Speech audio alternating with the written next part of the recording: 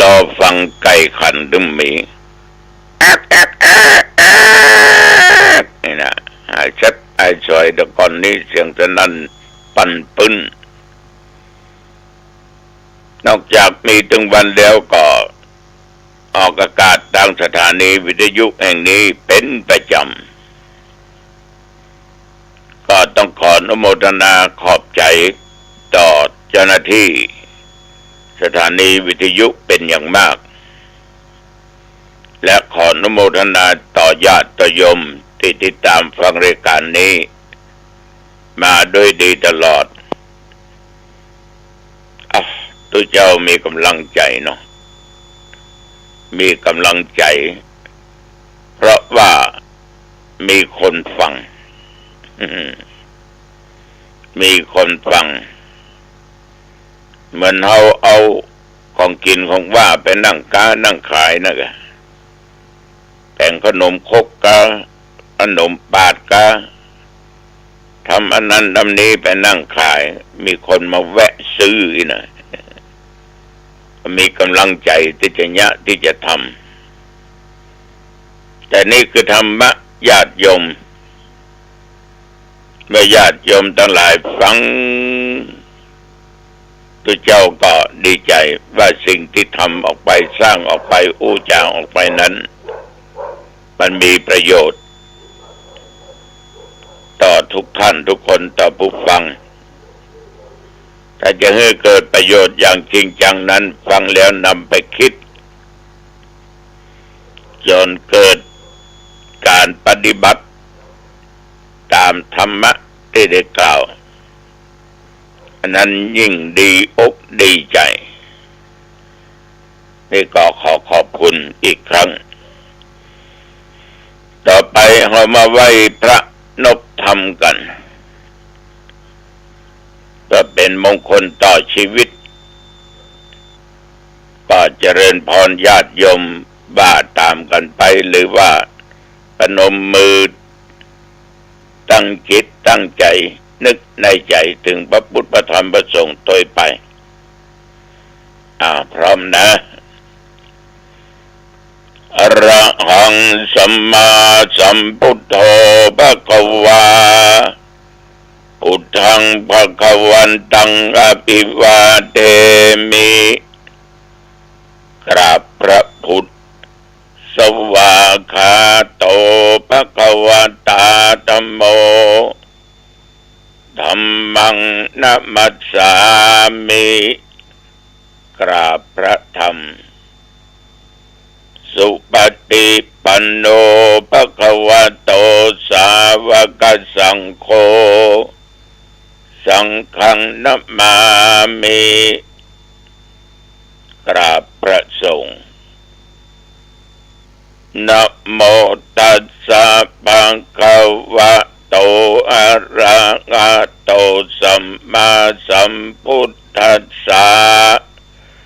นะโมตัสสะภะคะวะโตอะระหะโตสัมมาสัมพุทธัสสะนะโมตัสสะภะคะวะโตอะระหะโตสัมมาสัมพุทธัสสะ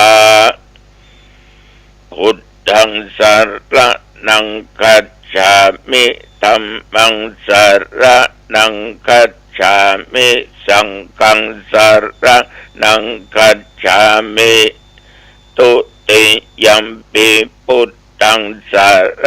ณังคัจฉามิตุติยัมปิธัมมังสรณังคัจฉามิตุติยัมปิสังฆังสรณังคัจฉามิตติยัมปิพุทธังส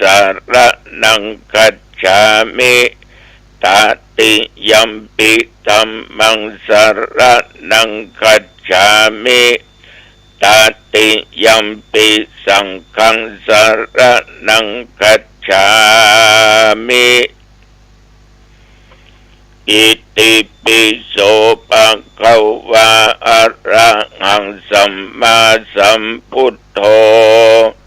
วิชชาจารณะสัมปันโนสุขโตโลกาภิโตอนุตตโรปุริสธรรมสารถิสัทธาเทวมนุษย์สานังพุทโธภควาติยันตุนิมิตตังอัปปะมังคลัญจาโยจามนาโปสกุณัสสะสัทโธปะปักกะโอโตสุปินังอากันตังอุตานุภาเวนะวินาสเมนตุสวากขาโตปะคะวะตาธัมโมสันติติโกอากาลิโกเอหิปัสสิโกโอปันนะยิโกปัจจตังเวทิตาโพวินยูหิติยันตุนิมิตตังอัปปะมังคลัญจาโยจะมานาโปสกุณัสสะสัทโธปะปักกะโอโทสุปินังอากันตังธัมมานุภาเวนะวินาสเมนตุสุปฏิปันโนภะคะวะโตสาวกสังโฆ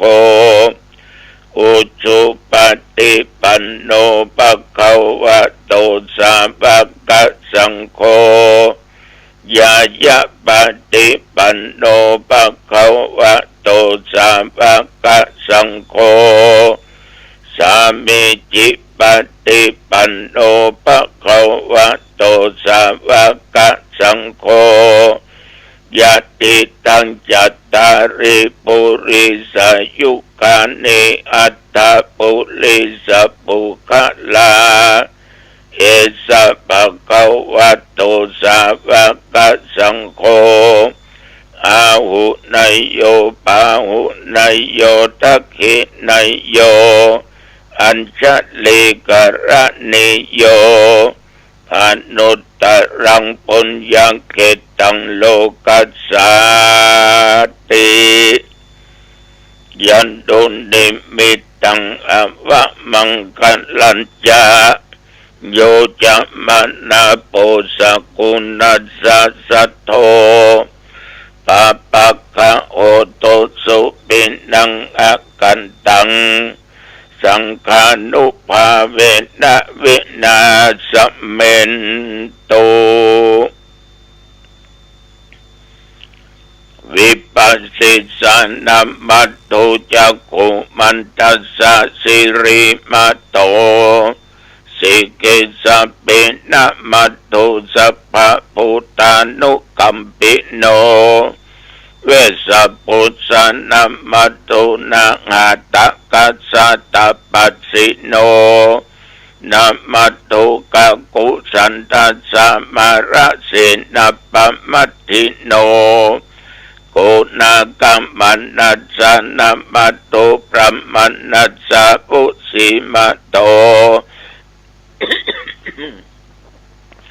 ปัสสะปัสสะนะมัตโตวิปัมมุตตัสสะสัพพทิอังคิรัสสะสะนะมัตโตสักกายะปุตตัสสะสิริมัตโตโยอิมังธัมมะเทเสสิสัพพทุกขาปนุดันนังเยจะปินิพุตตาโลเกยะถาพุตังวิปัสสิสุงเตชะนาอภิสุนามะอันตาวิตัสสารธาหิตังเทวมนุษย์สันนังยังธัมมัสสันติโคตัมมังวิชาจารณะสัมปันนังมะอันตังวิตัสสารทังวิชาจารณะสัมปันนังพุทธังวันธามะโคตมันติยะโตอังภาคินิอริยายะชาติยาชาโต นาปิชานามิสันจิจัปปันดังชีวิตาโวโรเบตาเตนะสัจเจนะโสติเตโอตุโสติกัปปัสสะโพชังโคสติสังฆาโตธัมมนังวิจโยตัทธาวิริยัมปิติปัสสติโพชังคาจัตตถาปะเรสัมมาตุเปกะโพชังคาสัตติเตสัพพทักษินามุนินาสัมมาตาขาตาภาวิตาปาอุลิกตาสังวัตตันติอภิญญายานิพพานายาจะโพธิยาเอเตนะสัจจวัชเชนะโสทิเตโหตุสัพพทาเอกัสสมิงสัมมะเยนะโทโมกัลลานัญจกัสสปังคิลาเนตุกิเตติสวาโพชังเกสัตตะเทสัญเยเตจะตังอภินันติตวาโรคามุจจิงสุตังคะเนเอเตนะสัจจวัชเชนะโสติเตโอตุสัพพทา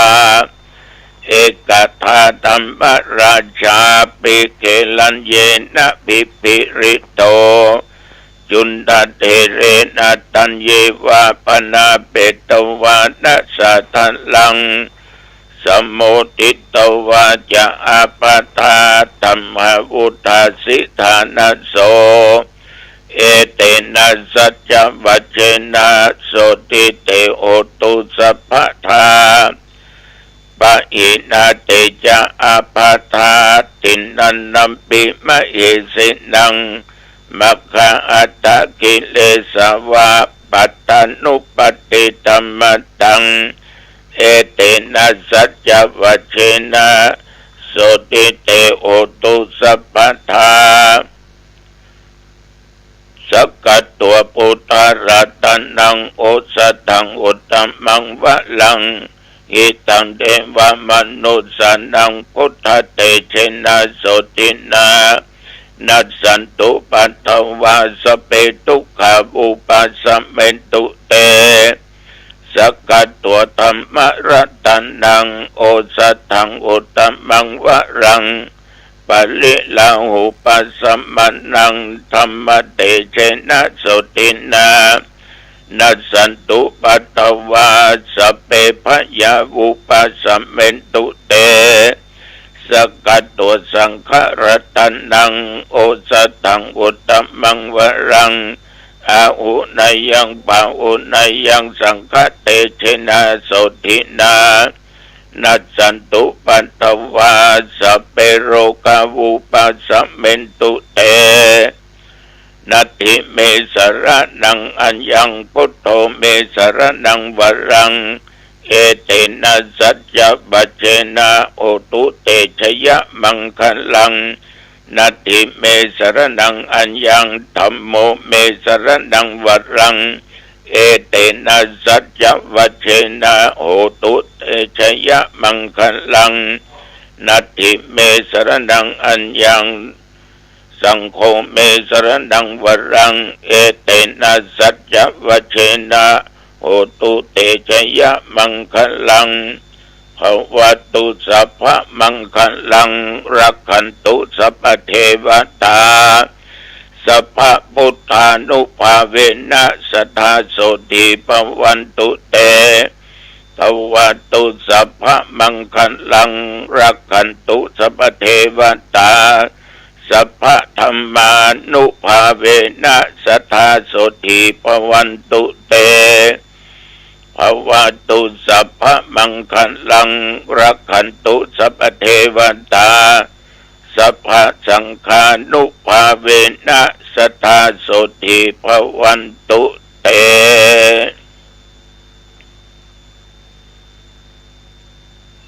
โดยบทพุทธคุณธรรมคุณสังฆคุณบทสาธยายมนต์โพชังคปริตและวิปัสสิอันเป็นมนต์อันศักดิ์สิทธิ์โ ด้วยจิตอันตั้งมั่นข้าพเจ้าขอตั้งจิตอธิษฐานขอญาติโยมท่านผู้ฟังทั้งหลายและตนข้าพเจ้าแม้นว่าได้ตะลงโรกาเปียธิโรคร้ายต่างๆนานานอกกายในกายขอคุณแห่งพระพุทธพระธรรมพระสงฆ์บุญอันเกิดจากการสาธยายมนต์เหล่านี้จงมากำจัดยังโรคภัยไข้เจ็บบ่ว่าภายนอกและภายในร่างกายนั้นขออันตรธานหายที่จะเกิดมาอย่าได้มากรรมกายขอผู้ข้าทั้งหลายจงประกอบไปด้วยความสุขกายสบายใจประกอบไปด้วยโชคปีโชคเดือนโชควันโชคยามอายุปีอายุเดือนอายุวันอายุยามแม้นว่าตัวข้าพเจ้าและญาติโยมทั้งหลายเดินทางไปเหนือใต้ตกออกว่าไกลใกล้ก็ขอการเดินทางปลอดภัยไปก็มีโชคมีใจมาก็มีใจมีโชคมีสติและปัญญาประตั้งตัวตนอยู่ในความประมาทจำเริญในกิจการงานและในหน้าที่ยิ่งขึ้นไปอายุวันโนสุขังปะลังกรมอุตุได้ประกาศบอกตักเตือนอยู่ตลอดเวลาว่าระวังเรื่องฟ้าเรื่องฝนระยะนี้มันอาจจะบ่มีตั้งเฮาแต่ทุกอย่างนั้นมันเกิดขึ้นได้ทุกเวลาทุกโอกาสระยะนี้อากาศหนาวเย็นมาก็ขอญาติโยมรักษาอย่างร่างกายได้รับความอบอุ่นนับตั้งแต่เมื่อตะวันวามาจนถึงปัจจุบันโอ้โชคดีอีก24ชั่วโมงนะโยมนะอายุเอาได้ไปแห่งวันละเนาะ ดีใจชโยแต่ว่านี่มีรายงานฝนตกแม้แต่เม็ดเดียวหยดเดียวแต่ว่านี่ฉันเช้าแล้วก็ออกวัดไปสวดพุทธมนต์เทศนาธรรมมาลัยโพธิโลกในงานกฐินบุญอุทิศไปหาจิตวิญญาณอดีตท่านเจ้าคณะอำเภอเจ้าอาวาสวัดจอมทองอำเภอหางดงเชียงใหม่ท่านพระครูสุวรรณธรรมานุรักษ์ท่านได้จากไปเมื่อวันที่18 เดือนตุลาคม2548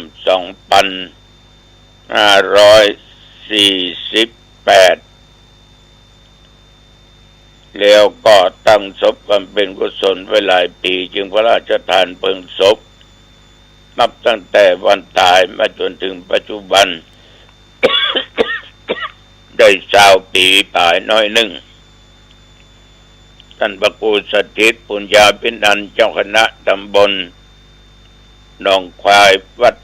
ดอยแก้วมีศรัทธาแสดงความกตัญญูกตเวทิตาเป็นเจ้าภาพ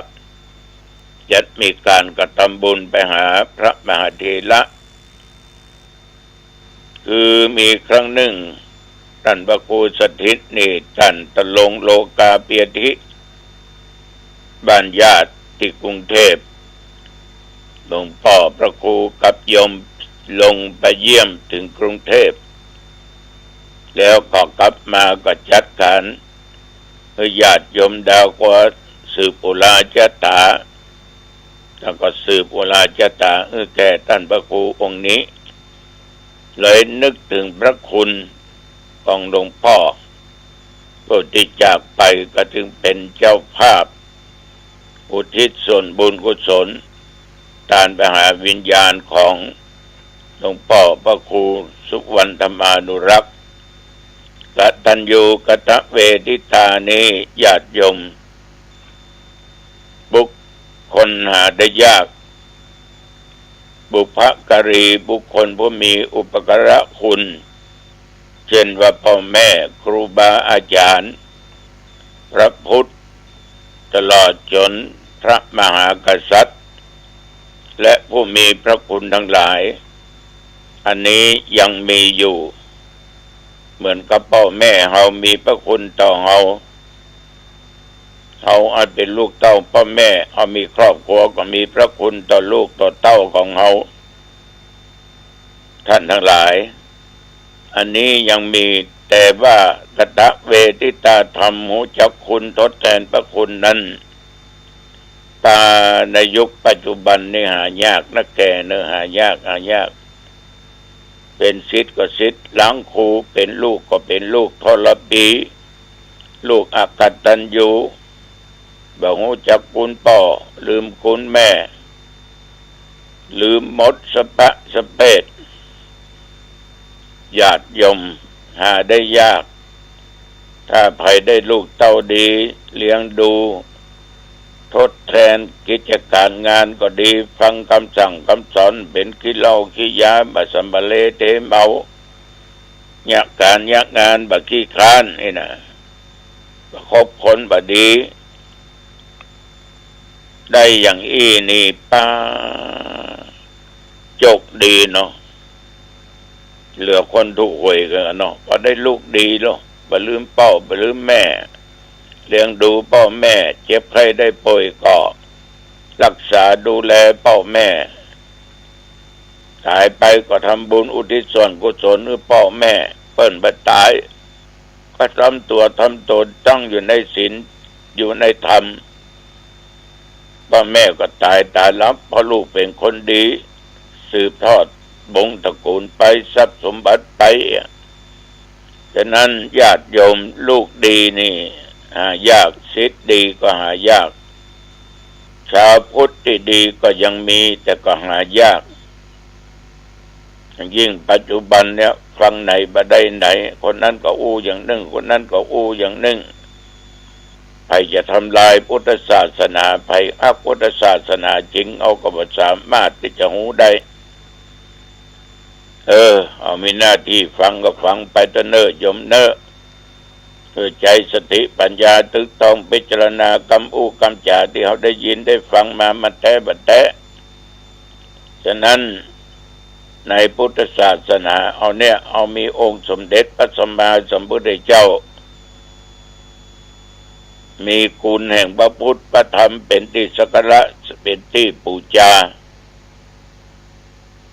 แล้วก็ไผที่จะเป็นประสบนิกรที่ดีฮักสถาบันมหากษัตริย์เอาก็บ่สามารถจะหูได้บางคนปากว่าแต่ใจบ่ตามกับผู้เอางามน้ำใสสวยหน้าปากว่าฮักแต่ใจแป้มยังเอาก็บ่สามารถหูแต่บางคนเป็นก็ฮักสถาบันพระมหากษัตริย์ปกป้องคุ้มครองเป็นประสบนิกรที่ดีตั้งอยู่ในสิ่งกินอยู่ในธรรมปฏิบัติตามตัวบทกฎหมายฉะนั้นเรื่องความกตัญญูกตเวทิตาเนี่ยเป็นสิ่งที่สำคัญอย่างยิ่งญาติโยมไปได้ลูกดีก็ลองกึดเอาเถอะเน้อถ้าได้ลูกสมเลได้เมาลูกบ่ดีเดี๋ยวก็ด่าก็ได้ไปตีพ่อตีหัวแม่นะมันเป็นกรรมวิบากของคนเฒ่าได้เน้อญาติโยมเอ้ยฉะนั้นญาติโยมแต่ว่านี่ท่านพระครูเพิ่นมีความกตัญญูกตเวทิตาต่อหลวงพ่อ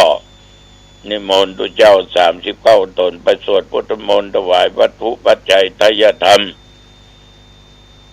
ฉันเบญเรียบร้อยอาตมาก็กลับมาวัดกลับมาว่าแรงมาสักหน่อยก็ลูกศิษย์ลูกหาเนี่ยที่เป็นพยาบาลไปอยู่ต่างประเทศมากับพ่ออยากจะเอาลูกเอาเต้านี่มาบวชสัก4-5 วัน7 วันในกลางเดือนเนี้ยนะประมาณวันที่20ปลายเดือนจะบวชพ่อเป็นฝรั่งแม่เป็นไทยเป็นเมืองเนาะอยากเอาลูกบวชฝรั่งคนนี้ดีเว้ย เป็นนับถือ พุทธศาสนาจึงให้ลูกนั้นหาประสบการณ์ได้ศึกษาในเรื่องของธรรมะได้เข้ามาปฏิบัติก็จะบวชวันที่25ก็บวชแบบง่ายๆนะบ่มีอย่างใดๆทั้งสิ้นนะแบบง่ายๆบวชเน้นบ่ได้นะบ่ได้เป็นตุเจ้าเพราะอายุเขาก็ได้19 ปีก็ดีอกดีใจยินดีต่อพ่อต่อแม่ต่อปู่ต่อลุงโดยนะได้จะนำเอาหลานเขาบวชในยุคปัจจุบันนี่ก็เขียมนะบวชนะเขียมนักแท้นะเขียมนักแท้ฉะนั้นญาติโยมท่านทั้งหลายได้ได้จากันก็เป่าสมควรต่างคนต่างปิกต่างคนต่างกลับนัดมาพบกันให้ใหม่วันที่20 ปลายต่อจากนั้นธรรมาก็ถึงไปไหนอยู่วัดพักผ่อนจนถึงปัจจุบันนี้อันนี้ก็เป็นเรื่องของธรรมะแทรกเข้าไปกับตัวบุคคลที่มาวัดมาวาธรรมะนั้นเป็นธรรมชาติมีรอบกายเรามองเป็นธรรมะดังนั้นในกายก็เป็นธรรมะดังนั้นโยมทั้งหลาย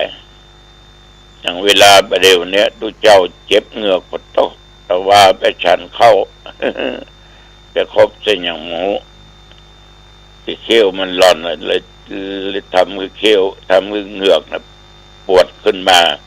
แต่ว่าก็ฉันยาก็ดีขึ้นมาเนี่ยมันเป็นธรรมะนะทุกอย่างทำให้เกิดเวทนาขึ้นได้